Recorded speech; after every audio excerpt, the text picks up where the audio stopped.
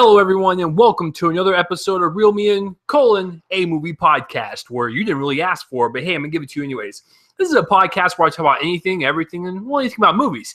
I'm your host, Chase Lee, and guys, if you were searching on the internet, for something really fucking random on the first weekend of November, and you accidentally came across my podcast and you're not a movie fan, well, maybe I can convince you to be one. This is episode 103, and yeah, there's a lot to talk about. I'm going to do some movie news. There's a lot of trailers to cover. And then, of course, my reviews of the Peanuts movie and Spectre, followed by the box office results for the weekend. And then we'll wrap it up, and then we'll move on to episode 104. But for right now, this is episode 103, so buckle your seats, ladies and gentlemen. It's not buckle your seats. Buckle. I don't know. I'm drunk. I'm kidding. I'm not drunk. But I am drinking.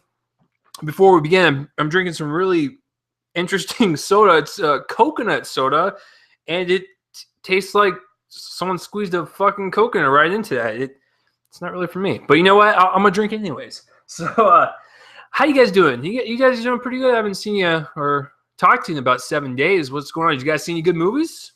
I I don't know what to say, guys. You guys know I'm terrible at intros. All right, so let's start with some movie news, and we'll go from there.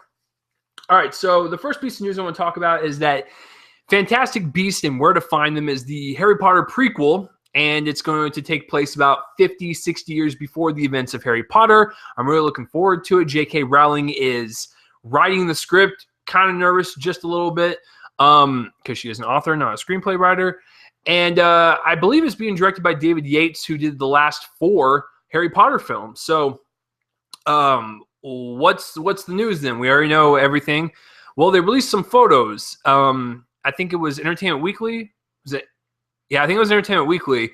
They released some set photos and stuff. So we got to see Eddie Redmayne. We got to see who was the chick's name?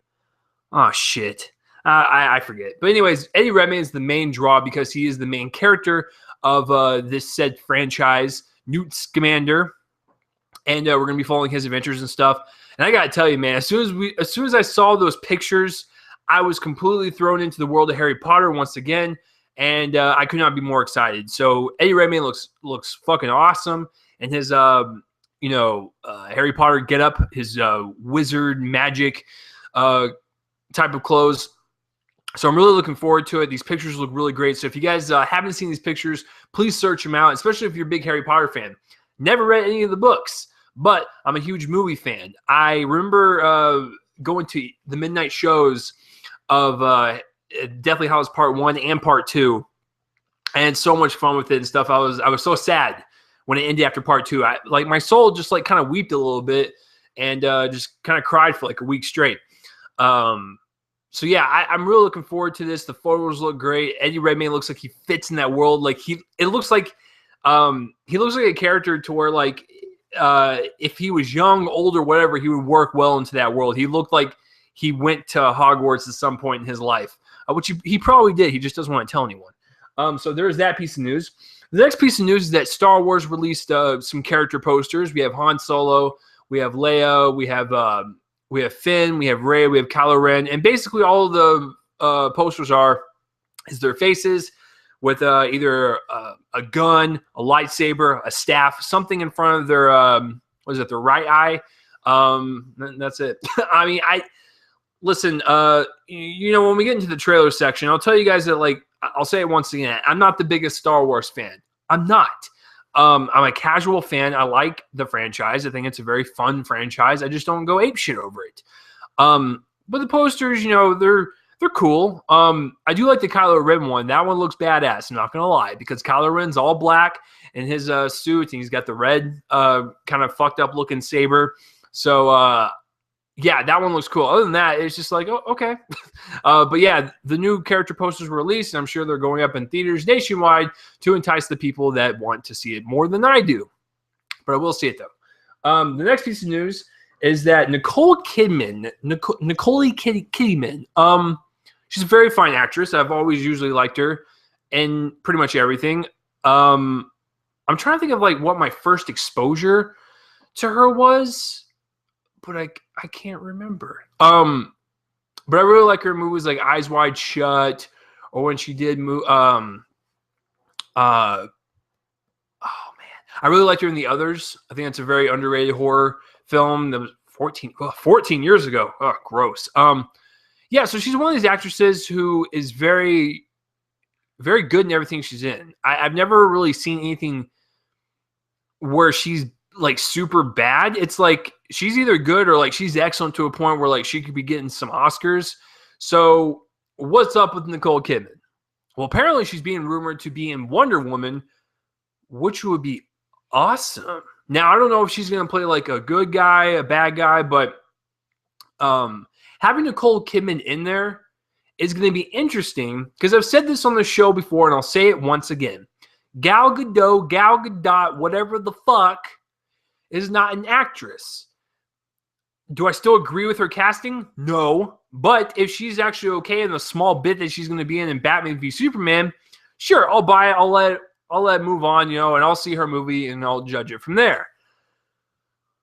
But Nicole Kidman is a talented actress. She's a trained actress. So she's going to be going up against basically an amateur. And I don't know how it's going to fare out in the movie, per se. Like, can you imagine like a dialogue-heavy scene between them two?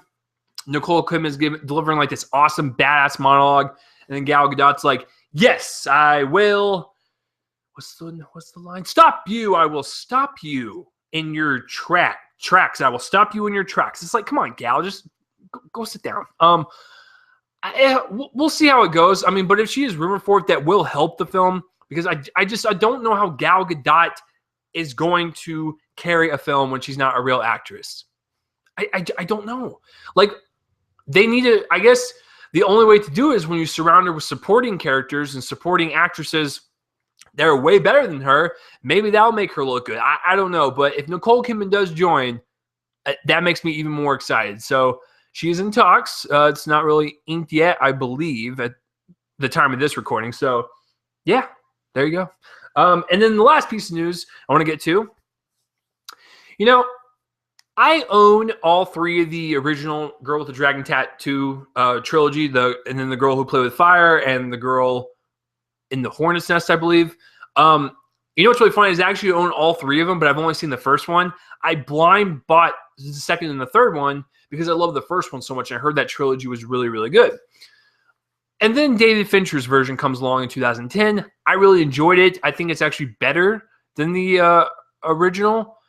I love David Fincher's aesthetic when it comes to film. Like every time when he tackles like a murder mystery or something of that nature, it looks cool. It looks like a murder mystery you would see, like you would hear around a campfire or something. Like someone's telling like a really creepy story about a murder or whatever. David Fincher makes those movies. Like that's what you envision. You imagine this really creepy, dark atmosphere that just makes you feel sick and dirty inside. So I really like the Girl with the Dragon Tattoo, David Fincher's version. So Sony wants to move along with the franchise. Even though the first one did not do very well box office-wise, it did okay, but it's not something to warrant a sequel. The other thing is that they want to make it the fourth book in the franchise, so not going off of the second book. Not only that, they want to recast Rooney Mara's character and Daniel Craig's character because apparently Daniel Craig is asking too much and Rooney Mara probably just doesn't want to be in there anymore. So what should they do?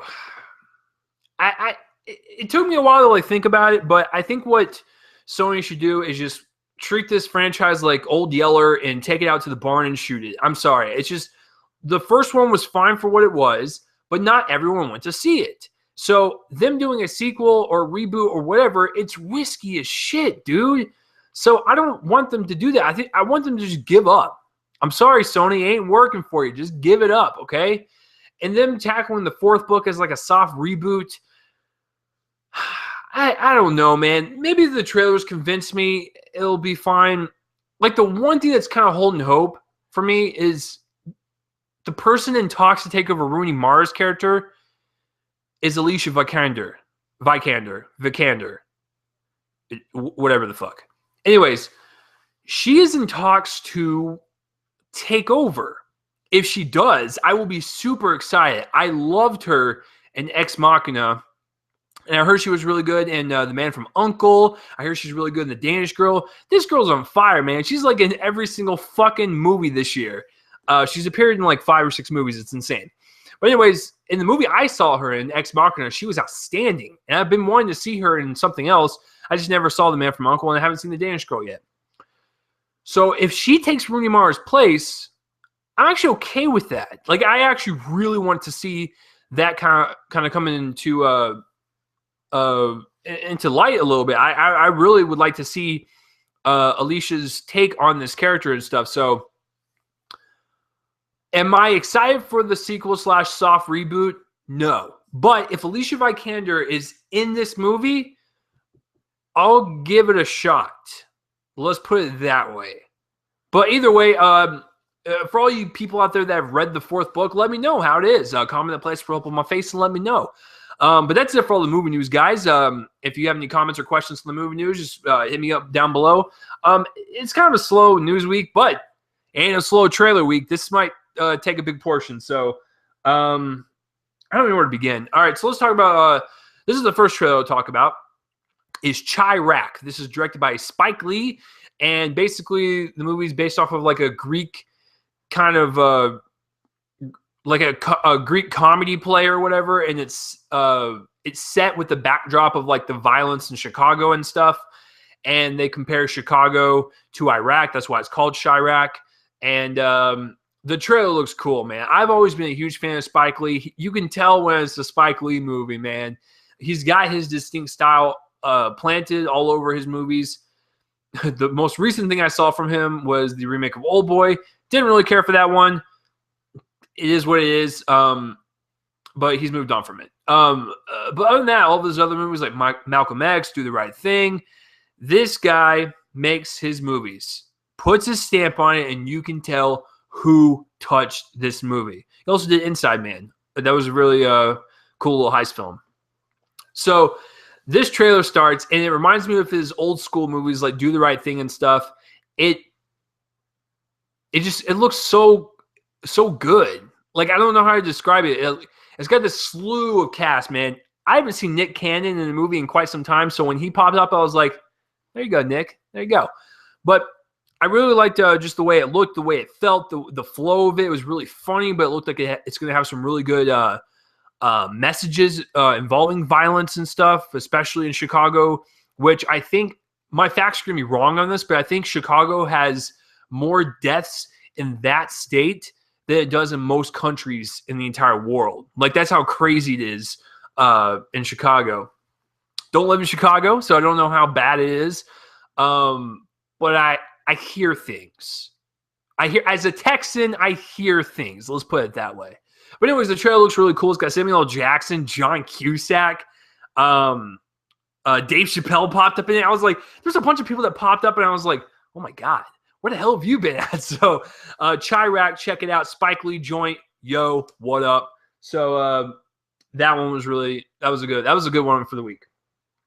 The second one I want to talk about is just real quickly, because I've already talked about this. It's the second trailer for The Hateful Eight. This is the Quentin Tarantino film. His 8th film in his filmography, and this trailer is fucking awesome. Now, the first trailer was great because if you're a Tarantino fan, it sets the stage for the tone and the atmosphere. You know what you're getting. But this one, we got some plot points. We got what each person is, whether they're the hangman, the sheriff, the Confederate, the Mexican, the prisoner.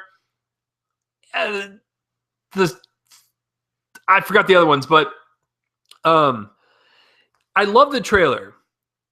But someone brought this up on another podcast, and I have to address this because as soon as I saw the trailer, I said the same exact thing.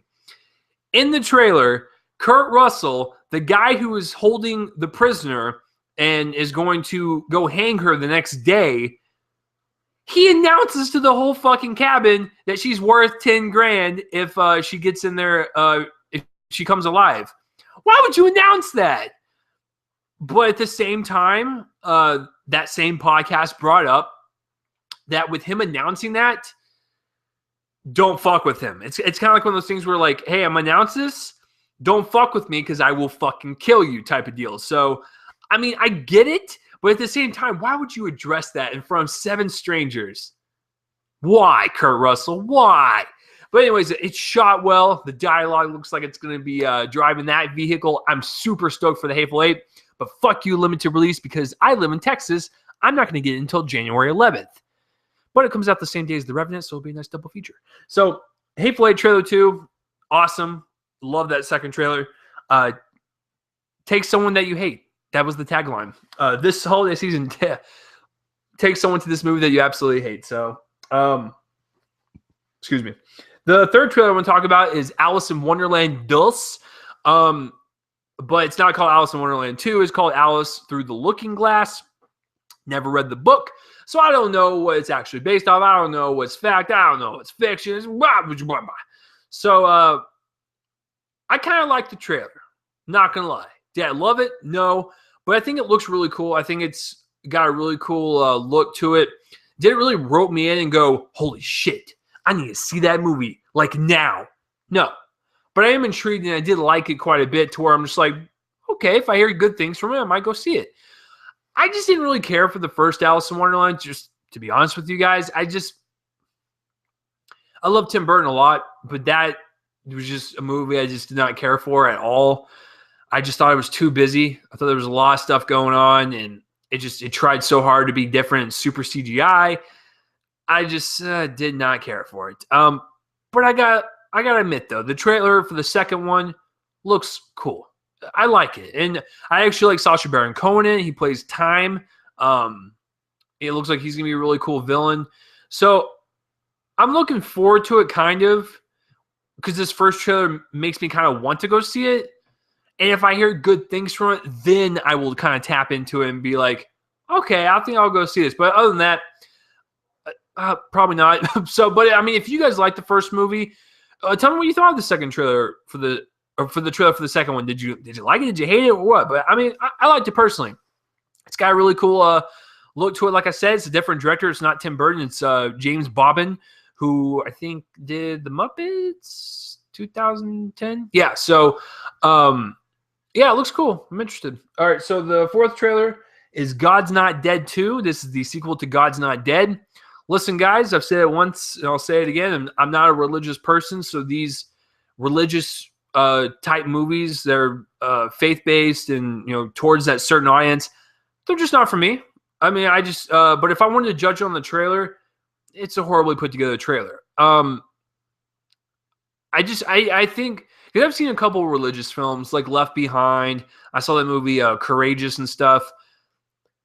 It's not the messages that bother me. It's the fact that they're horribly made movies. Like, they're very mediocre. There's really no flair to them. It's like, it's just paint by the numbers filmmaking. And even that's terrible sometimes with the terrible scripts and characters and stuff. So God's Not Dead 2, I didn't like the trailer personally. But hey, I'm not the target audience. If you like the first God's Not Dead, check out the second one and let me know what you think. But just for me personally, it's not for me. But I just didn't really care for the trailer. Sorry. So the next trailer I want to talk about is the new Star Wars trailer. Now, I did my review of the Star Wars trailer a while back, but this is the international trailer, and it's got some new footage in it. I'm still the same as I was when I saw the first trailer. I'm excited to see the movie. I'm just not a diehard fan, but I will say there are a few shots in both trailers, the international and the one we saw a couple weeks ago. There's a couple shots that kind of make me go, ooh, that was nice. Kind of makes me tingle a little bit. So I'm just like, ooh, that was good. So there's a couple new shots in this trailer. My favorite one is the thumbnail, which Kylo Ren has his lightsaber, and he like puts it right next to Rey or whatever. I thought it was kind of cool. And there was a couple new shots and stuff. But if you want to stay away from the trailer, I understand. I won't tell you anything that's in it. I just will tell you that I do like this trailer as well. I am excited to see it, and it looks cool. So, and even with the new footage, I'm like I said from the first the trailer that I talked about 2 weeks ago, JJ's really putting the emphasis on the way this thing looks because the cinematography is immaculate. Regardless if it's a practical scene or a CGI scene, dear Lord, it looks good. I'm glad that he's taking care of it visually, so there's my compliment to it. I can't wait to see it. I can't wait to be proven wrong and be like, that was a damn fine movie. I damn enjoyed that. Damn. So, yeah, the international trailer for Star Wars The Force Awakens came out, and I like it quite a lot. The next trailer is London Has Fallen. This is the sequel to Olympus Has Fallen. And full disclosure, ladies and gentlemen, let me take a drink. I didn't see Olympus Has Fallen. But I kind of dug this trailer. There was something about this trailer. There was a lot of stuff in it. Not going to lie. A lot of stuff going on. But I dug it, though. I was like, wow, it looks like they're actually trying. It looks like for a movie with this ridiculous, insane premise, it looks like the filmmakers want to try to make a better movie, and it looks like they want to try to make it more emotional and more just grounding and stuff. So I got to give them props. I like the trailer quite a lot. Maybe I'll go see it. But I got to check out Olympus Has Fallen because I don't like jumping in franchises. But the trailer looks cool. It's shot well. Gerard Butler looks like he's kicking ass. The CGI looks wonky, just like the first movie. Or you can definitely tell it's CGI and the building's falling down. But hey, when you're this movie and you have that budget, it's okay. Other than that, yeah, it was fine. It was really, really cool, like I said. So I can't really comment on anything more because I didn't see the first one. So London Has Fallen. That trailer's out. The next trailer I'm going to talk about is Concussion. This is the second trailer. I'm going to say it again, just like I did for the first trailer. Will Smith, man. Welcome back, sir. I like Will Smith a lot. I think he's a very funny guy. I think he's a very charismatic guy. I think he's a very good dramatic actor. Is he a bit cocky? Yeah, he is. But taking his personal life out of this equation and concentrating solely on his professional life, he's a great actor. And I love it when he does dramatic work. One of my favorite ones he's done dramatic-wise is The Pursuit of Happiness, the one he did with his son. So I want to see that Will Smith back. Watching the second trailer to this movie, he's back, man. I love the scene in the trailer when he's like, tell the truth. Just tell the truth. Like, that was great. It's moments like that made me go, hey, Will Smith, you're actually trying. I like this. Could he be nominated for Best Actor? He actually might. I never thought I would say that, but from what I've seen from these trailers, it looks like Will Smith is giving it his all, and it looks like he might get nominated. So I'm looking forward to it, man. I can't wait to see a movie that's finally shedding some light on the whole concussion thing in the NFL and, high schools and colleges and stuff. So I'm looking forward to it quite a lot. It comes out Christmas Day, limited release, I think, or nationwide. I forgot. But I'm excited to see Will Smith come back into his form. Concussion looks like a heavy contender for the Oscars. And the last trailer, ladies and gentlemen, it's Warcraft.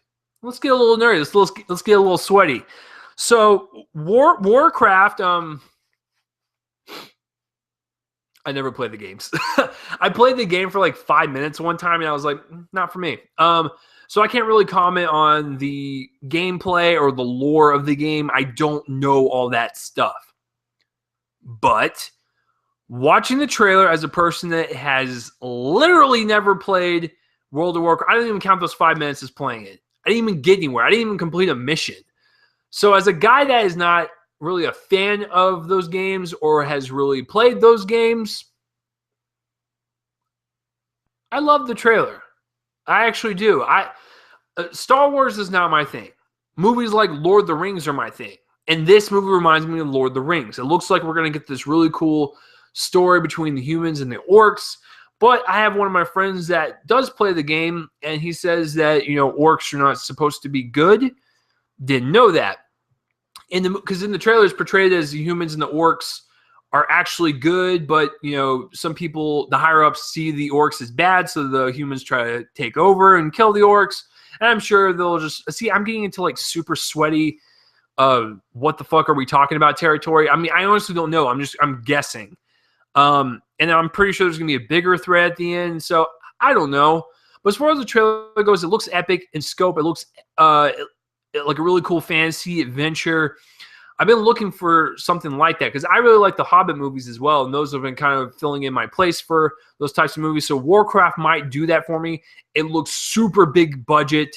The director is Duncan Jones, who did Moon and Source Code. If you guys have not seen Moon, what are you doing with your life? Moon is a fantastic film. Sam Rockwell is pretty much in the entire movie, like every single frame. So watch Moon if you haven't. Source Code's a very good one. But this one, dear Lord, it looks like it costs so much money.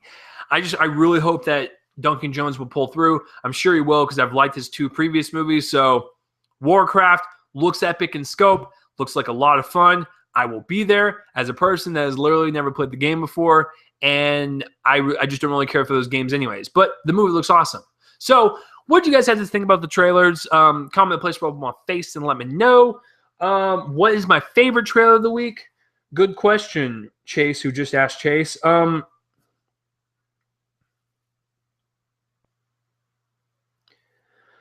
I'd probably go with Warcraft, or maybe the second trailer to Concussion or the second trailer to Hateful Eight. Those are probably my favorites. And then probably Star Wars, then Chiraq, then London Has Fallen, then Alice in Wonderland 2. That's probably how I think maybe God's Not Dead 2 below that. But yeah, no, I think Warcraft and Concussion trailer 2 and Hateful Eight trailer 2 are probably my favorite faux show. So that will bring it to... Guys, are you ready for it? You ready for the meat of the podcast? The meat. We just got through the side dishes, which were the news and the trailers. So now let's get to the reviews. Let me take a swig of this pretty much terrible coconut soda. Oh, gross. All right, so what should I talk about first? We can go animated. We can go James Bondy. Let's do Peanuts. Let's do the Peanuts movie first. Now, growing up as a very large child, because my dad's side's pretty big and my mom's side's pretty tall, so I came out as the abominable snowman. And so I'm a very big kid. I'm sitting there watching these Charlie Brown specials on TV as a kid, The Great Pumpkin, the Christmas special. The Peanuts were something to where I really enjoyed quite a lot, and I was actually kind of a fan. I was. And I really liked reading the comic strips as a kid because I would ask my dad every Sunday, and I still kind of do, to read the comic strips and stuff, and I really liked reading the Peanuts. I love Charlie Brown, Snoopy, and Linus and Lucy, Peppermint Patty, Schroeder, Pigpen, Woodstock, and, of course, who can forget the most important characters in the entire comic strip, the parents. I can't even do it. It's like that trombone noise. See, I could play one of the adults on the next Peanuts movie. So, but anyways, I'm a big fan of the brand and the property and stuff. So I was really looking forward to the movie. What did I think about it? Well, I think this is one of the most faithful adaptations of anything I've ever seen. It was adorable. I absolutely loved it. I had so much fun while watching this movie. I don't even know where to begin. Okay, so first of all, Charles Schultz, you're not going to roll around in your grave because guess what, sir? They did it justice. Your family took care of it by producing this, writing it, and they really found a director to really capture the spirit and the tone of a proper Peanuts movie special or whatever. So I guess we'll start with the directing and the writing. The writing is very good. Is it now? Listen, is this anything straying away from the regular Peanuts formula? No. It's a very basic Peanuts story. They don't try anything new. It's very straightforward, but it's great for kids and stuff. Because I went by myself, and I'm sure a lot of parents were looking at me very creepily. And the movie's rated G, and it had just a great message about being yourself and having your quirks, man. Like don't try to impress people with stuff that you aren't really most of the time. Like you want to be yourself and everything. You want to show little bits of compassion and bravery. Be funny. Be just be good to people, and you'll be surprised how everything turns out. And so it's just a great message for kids. It's very well written, but like I said, it doesn't really go off the beaten path of a regular Peanuts movie or special or whatever. It's very, very straightforward. As far as the directing goes, now it's from the director that did Horton Hears a Who, and the reason why he's directing this is because the producers and the writers, which I said are related to Charles Schultz, they specifically asked for that guy because he adapted Horton Hears a Who very, very well, and they wanted him to do the same for Peanuts. I think he did a very good job at it, adapting it. The thing is gorgeous. It's like it's the most interesting animation I've seen in quite some time. It's got this modern look to it, but it also looks classic at the same time. So it has that classic feel of a Peanuts special, but it looks modern with 3D and stuff. So it's really cool, and it's got the just vibrant colors. It's very it's bright and loud, but it works for this world. And I love the 3D. I love the 3D adding to these 2D characters and stuff. They really make these characters come to life even more and stuff. So I thought the direction was very, very spot on, very, very well done. The only thing I would say kind of negatively, if you're not a Peanuts fan, you might get a little confused as to why Snoopy does the Red Baron stuff and like he pretends he's flying his doghouse as a helicopter and fighting other airplanes. When you sit back and look at it, it's kind of like, if you take those out of the movie, it's not going to really make a difference type of deal. But at the same time, when you see them happen on screen, you realize that they coincide with whatever Charlie Brown's thinking and having him get over his fears and stuff. Because, Charlie, I love you, buddy, but you're a doofus. You're such a goof, man.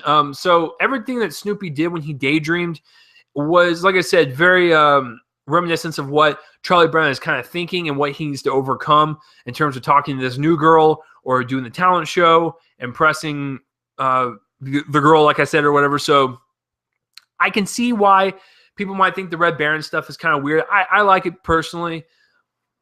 So I would say that's the only negative when it comes to the writing and the directing, I guess.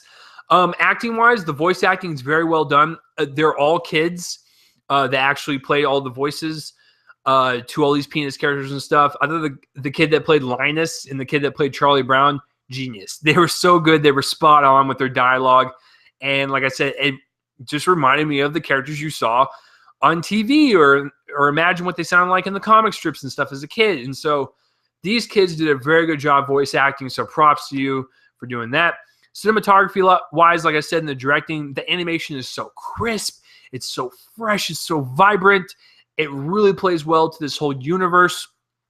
I love the 3D aspect to it. And like I said, it's got this really modern look to it, but it also looks classic at the same time, as if it could be pulled from a different decade, and it could honestly fit in that decade as well. So cinematography is very, very gorgeous. Editing-wise, the movie's an hour and 40 minutes. It flies by, man, especially if you're a big fan of this. Even if you're not, I think there's enough in this movie to where it will keep your attention, and you'll just be kind of amazed at the really just luscious environments and the animation and stuff. So I think for the most part, it flies by pretty well. I think kids will enjoy it quite well. I was in the theater with a bunch of kids. They were all laughing. They were all having a good time. So it looks, you can bring your kids to this. You can bring your little nieces or nephews to this. You can go by yourself. I think everyone from every generation will love this movie. It looks beautiful. It's a very simple, straightforward story. It works for the Peanuts world. I love this movie a lot, guys. Is it going to go in my top 10? No, but I enjoyed it for what it was. I'm giving this one a high grade, guys. I'm going solid A. This is an ace in the hole, my friends. The Peanuts movie is fucking sweet. I loved it, loved it, loved it, loved it. Had a smile on my face the entire time.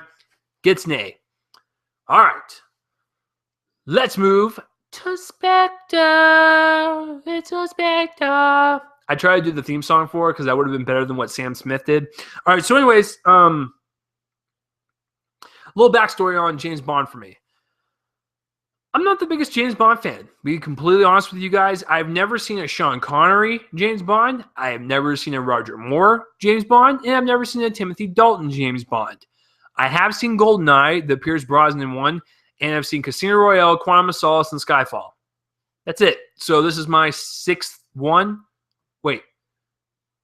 Apparently, I'm good at math. No, it's my fifth one that I've seen.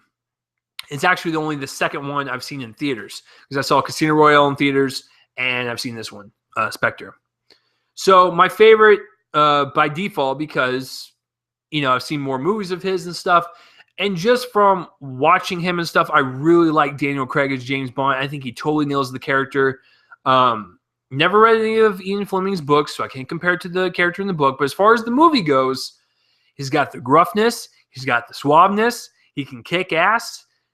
He's very troubled. He's very broken. He's very real. It's a great James Bond. He's got attributes of everything. So going into Spectre, I was super excited, even though I've been hearing mixed things. Because after Skyfall, man, like that thing, everyone loved. Everyone loves some Skyfall. And so I was kind of a little nervous going in, because it did have mixed reviews and stuff. But, I mean, like I said, I was super excited to see it, because I do love Daniel Craig as James Bond. I want to see his run as James Bond, because they are leading up into something very big, which is case in point, which is this movie. It's all build up leading into this fifth and final movie of Daniel Craig's run that's going to be super ridiculous and just grandiose and stuff. So what did I think of Spectre? Let me start the review off by saying this. I love Casino Royale. It's my favorite one. Skyfall's right behind it. Then it would be Spectre, then Quantum of Solace. Now, that doesn't mean it's a bad movie. I think it's actually a very good movie, and I don't understand why people are shitting on it so much. I can actually understand the problems, because I took my roommate to see it. I asked him what he thought was wrong with it. He gave me these great points, and I can see where he's coming from. So let's break this down. So the directing and the writing. Now, I've never really, to be honest, I'm just being honest with you guys, even Casino Royale, I've really never found the writing for James Bond to be particularly good. It's fine. It services the movie and stuff, but I just never been like, holy shit, James Bond said a really cool line. You remember that? Or, whoa, that was a great monologue. It's kind of like, it's good dialogue and it works for most of the characters and stuff, but sometimes it's cheesy, sometimes it's overdone. So the writing's fine. It fuels the story. The story is where it might kind of lose people, because it is kind of heavy. There's a lot of stuff going on. And it seems like the second half of the story, they seem to wrap it up like super fast and stuff. And it is major buildup into the fifth and final Daniel Craig James Bond. They're leading up into something, and it's going to be big. So that might have been a criticism, is that it does feel like it does rush things. I felt like it was okay for the most part, but the more I think about it, it does kind of rush things a little too fast for my taste. And I felt like Christoph Waltz's character, the villain of this movie, he's fine. He's not the best. For me personally, I've always preferred Mads Mikkelsen as my favorite one thus far. The Daniel Craig movies. Holy shit, I just forgot his name. Javier Bardem from Skyfall. He was very good, very, very menacing and creepy. And Christoph Waltz is more of like that smart guy. He's like a Lex Luthor of this universe. And I thought he was okay. I didn't think he was like good or anything, but I do like Christoph Waltz a lot. And I think he was, fine for what he was. I just wish there would have been a little bit more. And that could have been maybe fixed with not rushing the second half as much. I don't know. So that's the writing and the story. The directing, Sam Mendes comes back. He did Skyfall, which is amazing. And he does a very good job here. The directing is pristine when it comes to the action set pieces, when it comes to the dialogue scenes, when it comes to setting up that atmosphere, that mood, that fun spirit of James Bond. Sam Mendes does it, and then some. I've always liked Sam Mendes' directing, even back to American Beauty. So, is this better than Skyfall? Like I said, no, I think Skyfall is better, but in terms of this movie, it's fine. Sam Mendes kicks ass and everything, so I don't have a problem with his direction. I think it's very well done. Especially that opening sequence. It's a one-take shot for about 7 minutes or so. It's very well done, and the opening action set piece is very fun. But Casino Royale's opening action set piece is by far my favorite one still. with all the parkour and stuff. So, yeah, the direction is very, very well done. And I love that continuous one take in the beginning. The opening was great as always. Acting-wise, let's face it, Daniel Craig is James Bond. The motherfucker's been doing this for 4 movies now. He's doing it for one final time, and he completely embodies it. I love his coldness to him. He's got a lot of stuff going on. And that might have been another criticism from the directing side and maybe the writing side, is I didn't really feel that emotional punch like I did from Skyfall, because it felt like Skyfall really explored the James Bond character quite a lot and very in-depth. But it seemed like for this one, they kind of stepped back a little bit and just went more, action villain. I'm totally fine with that, but maybe more character moments with James Bond, a little bit more in-depth and stuff. So that might have been a criticism for the directing and the writing. But anyways, back to acting. I love Daniel Craig as James Bond. He's fantastic. Now let's talk about the new people. I have a huge crush on both of these actresses. Monica Bellucci and Léa Seydoux. They are in this movie, and I gotta tell you, one of them, both were great, but one of them was wasted, and the other one was not wasted. Monica Bellucci was fucking wasted. She was in the movie for fucking 5 minutes, if that. Why would you take someone that well known overseas in Europe? Like, she's a very famous actress over there. Why would you take someone like that, put them in the movie for 5 minutes, and bye? I don't get it. She's a great actress. Have you guys not seen, like, her foreign films? I want you to watch Irreversible. That movie will break your heart. And she's in that movie. Monica Bellucci is one of those actresses that drives me crazy because she's super attractive. But she's also very, very, very, very talented. But she was completely wasted in this movie. There's no point of her being in there. Should have gotten someone else. However, Léa Seydoux, I loved Léa Seydoux in this movie. Got a huge crush on her. The first movie I ever saw her in was Blue is the Warmest Color, and she killed it. I forgot the other girl's name, but they were both fantastic in that film. I love that movie a lot. You want to talk about an emotionally driven character movie? It's Blue is the Warmest Color. It's one of the most raw relationship movies you'll see in quite some time. But Léa Seydoux is very, very good. She does have some depth to her and stuff. I do like her character quite a lot in this movie. I think she's my favorite character in this. I love the gravitas she brought as a Bond girl, because she kind of tested James Bond a little bit more than what James Bond is used to. James Bond is used to swabbing the hell out of a woman, and he sleeps with them. For Léa Seydoux's character, yes, they sleep together, but she seems more strong and more independent and stuff, and I love that back and forth she does have with James, creating that really cool relationship that would work for a person that assassinates people. So I really loved her character. I loved her in it. Ray Fiennes is in this. He plays M. He's fine. I like Ray Fiennes a lot, but he's okay in this. And I think that's it. And then I already talked about Christoph Waltz. I think Christoph Waltz is amazing, but he wasn't really explored enough, and maybe that will be for the next one. So I don't spoil anything on this podcast, but maybe for the next movie they might explore his character a little bit more. Put it that way. Dave Bautista. Oh shit! I forgot he was in this movie. Dave says one word. He says one word. He's fine. He brings like an intimidating presence to his character and stuff. I really loved all the fight sequences and the chase sequences involving him and James Bond. There's one particularly on a train that's really cool because there's no music playing. It's all sound design, and you can feel like you're there. You can feel the weight of this fight. So he does bring that threatening presence, and he kicks ass in his action scenes. I love Dave Bautista. Cinematography-wise, this is just as beautiful as Skyfall. Is it shot by Roger Deakins? No. But the cinematography is still very crisp. It's very beautiful. The colors just pop out at you amongst all this grit and action. It's just a beautiful-looking movie, just like Skyfall. Forget about it. Skyfall is the best-looking James Bond movie, period. It's out. Oh, God. It just makes you want to go scream from the rooftops. It's so good. But This one's well shot. I love every time they go to a different country or whatever, the set pieces are great and just beautiful, man. They're just beautiful to look at. Oh man, there's a scene in the snow. There's a scene in the city. It's just the way these movies have been shot, particularly the Daniel Craig ones, have been absolutely gorgeous. So cinematography is spot on, pristine, and super good looking. Editing wise,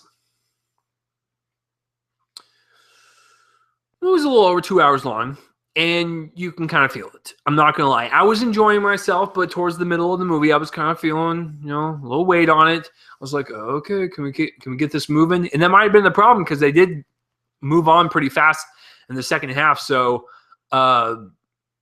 maybe just balance the two out. But if you're not really a James Bond fan, you might find this boring. If you are a James Bond fan, I think it'll fly by for you. For me personally, I thought it was a pretty well-paced. It wasn't perfectly paced. It was very well-paced. Kept the flow going, kept everything going. So I had no problem with that. So with the few criticisms that I have, wish the story wasn't as jumbled as it was. There was a lot going on. I wish there was a little bit more character moments and depth from Mr. Bond, since we got that in Skyfall. I wish there was a tad more emotional punch. And other than that, Monica Bellucci was wasted. Like she was wasted. No, she was wasted in the film. Her character was just pointless.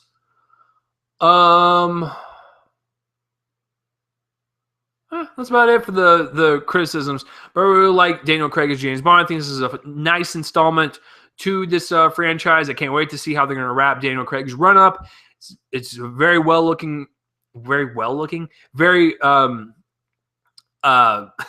very good looking film. Sorry, I'm like blanking.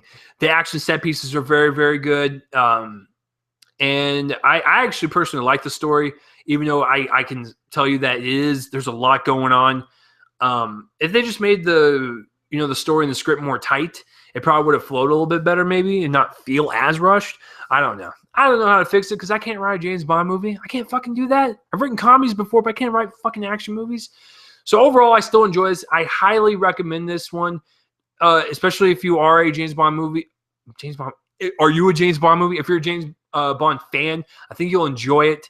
Despite not being as good as Skyfall or Casino Royale, I still really enjoy it. I would give it a solid B. Still recommend it. Not my favorite one in the Daniel Craig franchise, but still enjoyed it. So that will do it for the movie reviews, guys. If you have seen the Peanuts movie or Spectre or Spectre, because that's how it's spelled. If you've seen both of those movies, let me know in the comments down below what you thought of these movies. And if I'm wrong or right, or if you want to tell me to fuck off, you can do whatever you want. It's okay. I'll talk to you back. You guys are all my friends. So let's get into the box office results for the weekend, guys. All right. You guys know what was number 1 and number 2. It's just a matter of what was 3 through 5. All right. Number 5 is Bridge of Spies with $6 million. Right now, it's working on 54 domestically, which is the U.S. and Canada, and worldwide, it's got 71 million on a budget of 40. Needs about 9 to 10 million more to break even. So, I think it'll do it. Number 4 is Goosebumps with 6.9 million.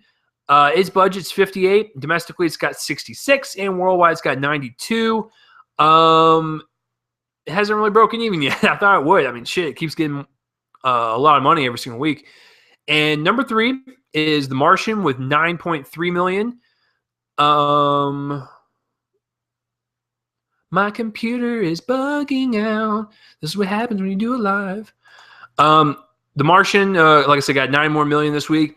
Domestically, it's doing very, very well. It's got 197. It's close to that 200 mark. Worldwide, it's got 458 on a budget of 108. Oh, yeah. It's doubled in profits. I don't know what accent that was. Excuse me. Number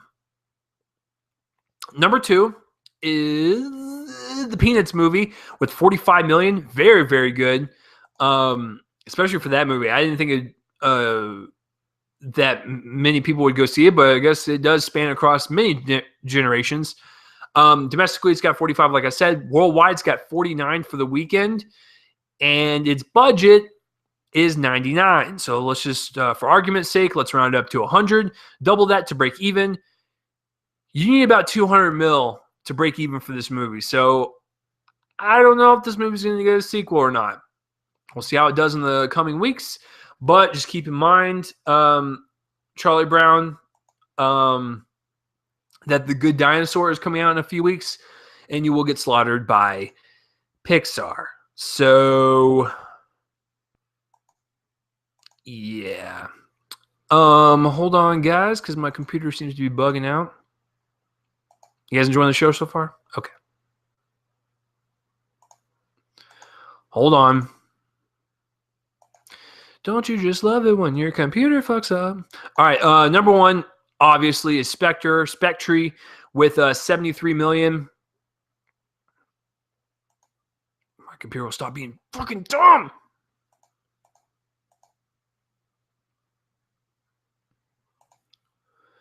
Guys, I don't know what's going on. My computer's just like freaking out. It's just like, oh, go fuck yourself.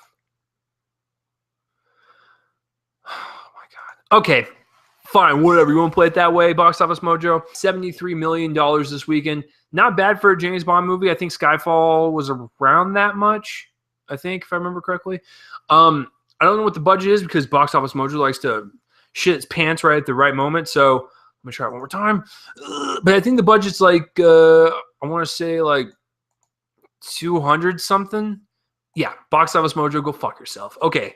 I don't know what the budget is, but I'm going to say 250 for argument's sake.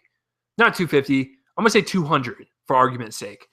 So it needs about 400 to break even. 73. It's on the right path, and it's got about 2 weeks to clean up.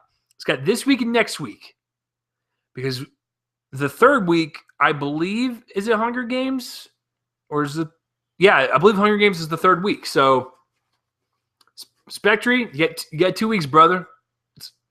Do your thing. So that is it for the box office results.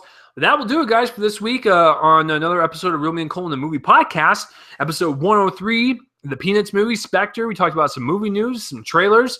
It's kind of a short episode, guys. I apologize. I'm by myself today, and there wasn't really that much to talk about. And I enjoyed Spectre and the Peanuts movie so much. Sometimes I talk really fast. So, yeah, it was a good week for movies. I want to know what you guys saw this week and stuff. So, before we go, if you want to see a video version of this podcast and you're listening on Spreaker, iHeartRadio, or SoundCloud, link will be in the description below. And if you want to see, or if you want audio-only version of this podcast and you're listening on YouTube, link will be in the description below. And if you want to follow me on Twitter, it's @RealChaseLee. You can follow me on Spreaker, iHeartRadio, SoundCloud, wherever, man. I'm everywhere. Just go search me, y'all. So next week will be episode 104. I don't know which movie it will be over, because the only movie coming out is By the Sea. That's the Angelina Jolie directed movie. Might have a review of that and maybe my favorite Angelina Jolie movies. I don't know. It's going to be a really tough weekend because there's really no major releases coming out except Love the Coopers. Go fuck yourself, Coopers. So, yeah, I honestly don't know what next week's going to be, guys, but it's going to be episode 104. You know what that means? Since I do these every week, what's 104 divided by 2? It's 52. How many weeks are in a year? 52. That means next week will be my 2-year anniversary of this show. Holy shit. So for my 2-year anniversary episode, it's going to be over some independent movie, I guess. So like I said, guys, I'll just have to find something. But thank you guys for listening. Thank you guys for watching, doing what you guys do best. I love you all. You guys are fucking awesome. Listen, I realize that I'm not the biggest person on the internet. I realize that there's people like Collider and the Schmoes and Screen Junkies and stuff that just love to crush the fuck out of us smaller people. And, you know, I'm probably never going to be on their status. Ever. I'm probably not. But I'm glad that you guys have chosen this podcast as the one that you listen to every single week. I really do appreciate it. I appreciate you guys all the time. If you guys want to send me emails, if you want to troll me, do whatever you want. I always respond to you guys just because I love talking to you guys. So, yeah, you guys keep me going. Just keep that in mind. So, yeah, so if you guys are listening to this, have a good day, good night, whenever the hell you're listening to this. I'm Chase Lee, and this has been an episode of Real Me and Colin, a movie podcast where you didn't really ask for it, but hey, I'm going to give it to you anyways. And hey, if you made it through this entire podcast and you aren't a movie fan, Or maybe I just convinced you to be one. I'll see you guys next week for episode 104, 2-year anniversary. See you there. You guys are awesome. Let's play the outro music. Spectre in the Peanuts movie. What a great fucking weekend. I'll see you guys next week.